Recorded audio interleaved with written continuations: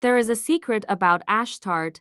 It is the fact that she was reincarnate and was reborn after a miserable past life. The previous life of Ashtarte, who was nameless, was not happy or peaceful at all. The beginning of her misfortune began when she was sold back and forth by her mother and then bought as a slave by a viscount. The viscount and children were very fond of Ashtarte. Of course, explaining how they liked her was never a good thing. It was as if they had been given the right toy at the right time. They treated Ashtarte no differently than they would do to the maids of the mansion. But rarely, there were moments when they played some pranks big enough to make people who saw it frown.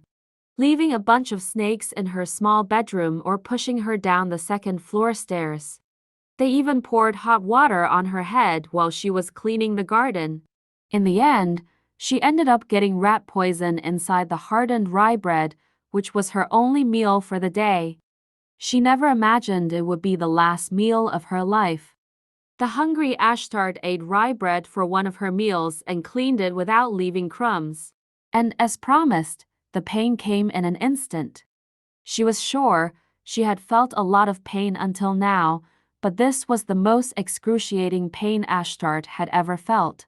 She gritted her teeth until her bottom lip tore, but a moan she couldn't help leaving her lips. No matter how hard she endured, the pain did not subside. A second felt like an eternity, and the passage of time gave her no rest. It was not the first time that the Viscount's children made jokes about her food. As soon as the pain began after eating the rye bread, Ashtarte thought it was just another bad joke they had made up.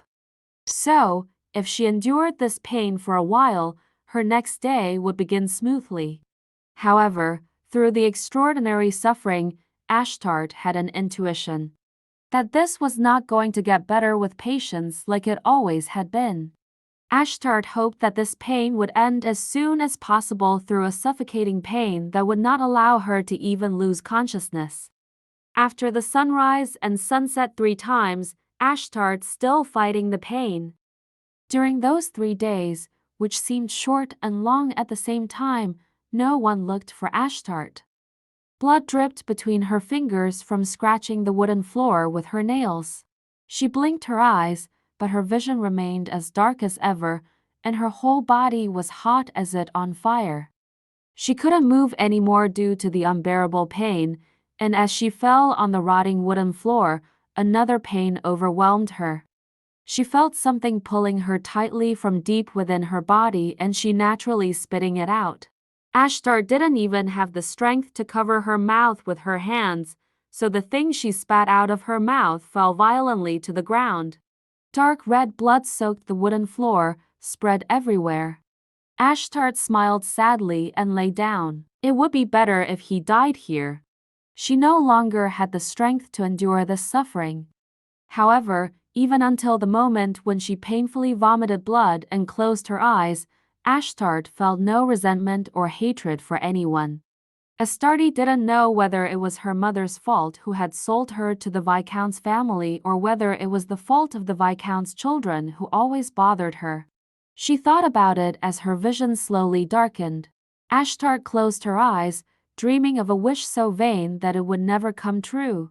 In her next life, Ashtarte wants a family always to love her, and she wants to love her family with all her heart and protect them.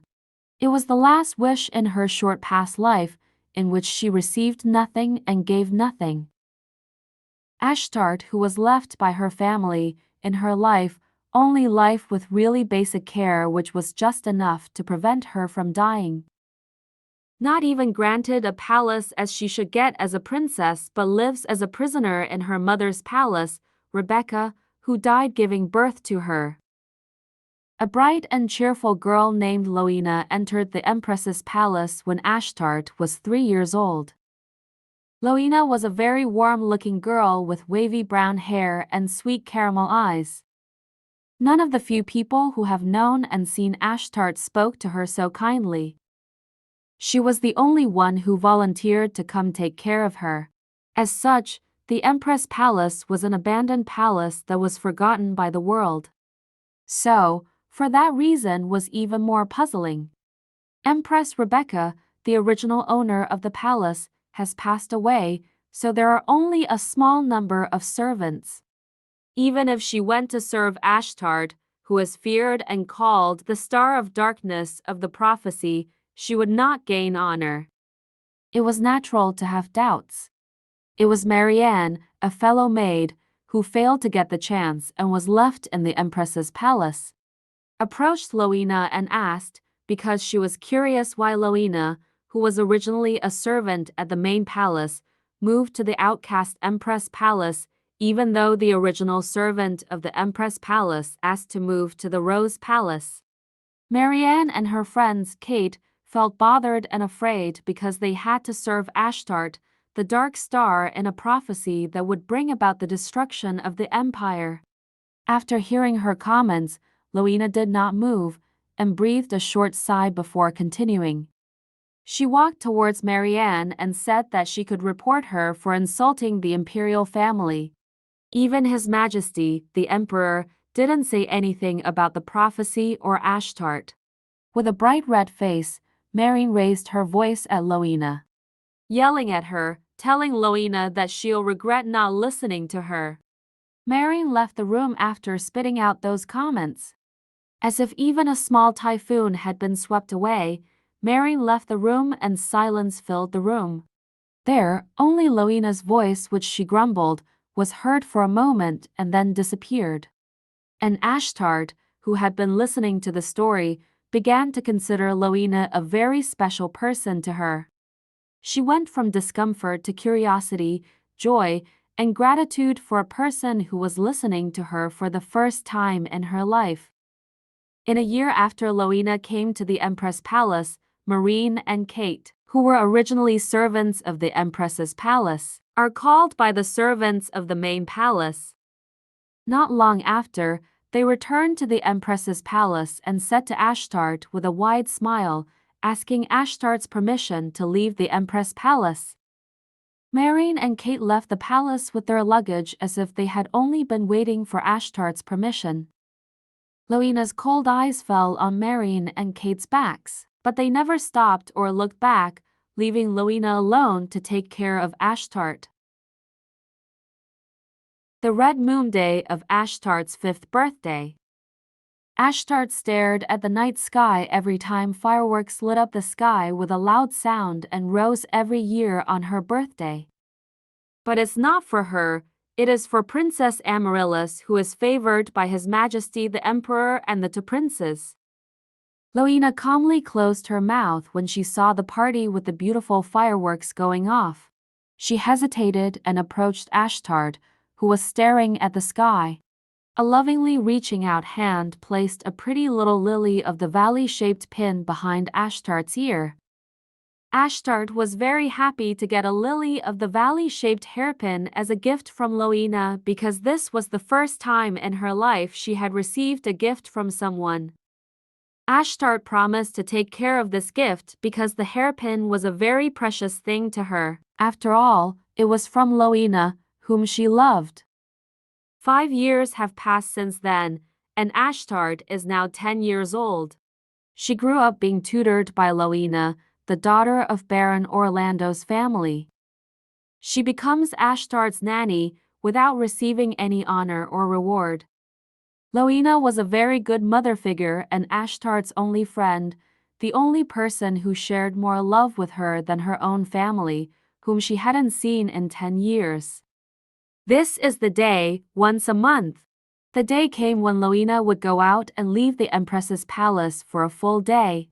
The day's outing was a day to raise money outside the imperial palace to make up for the lack of Empress Palace's budget.